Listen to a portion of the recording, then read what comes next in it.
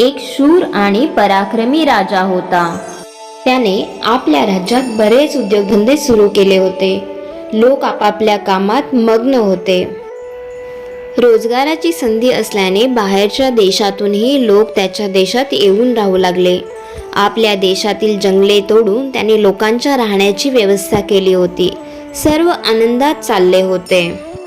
राजाच्या देशात तयार झालेला माल बाहेरच्या देशात विकला जात होता.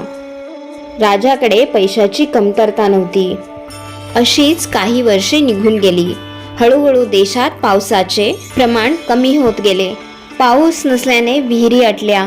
नद्यांमधील झुळझुळ वाहणारे पाणी दिसेनासे झाले. पिण्याचे पाणी मिळेनासे झाले. उद्योगधंद्यांनाही पाणी मिळेनासे झाले. पिकांना पाणी नसल्याने जमिनी ओस पडल्या. देशात अन्नधान्याचा तुटवडा भासू लागला.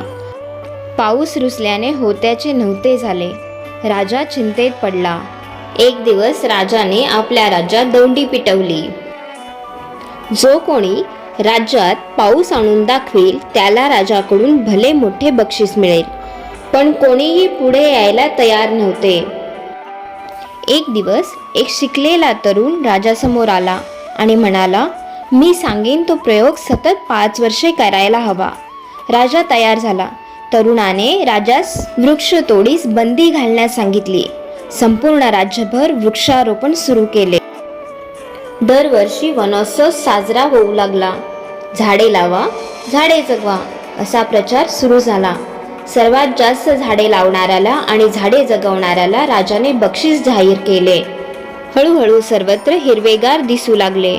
रस्त्याच्या कडेला, गावाबाहेर, घराभोवती हिरवे वृक्ष डोलू लागले.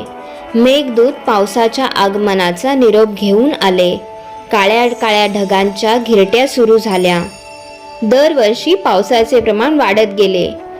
रुसलेल्या पावसाने आता आनंदाने वर्षाव सुरू केला.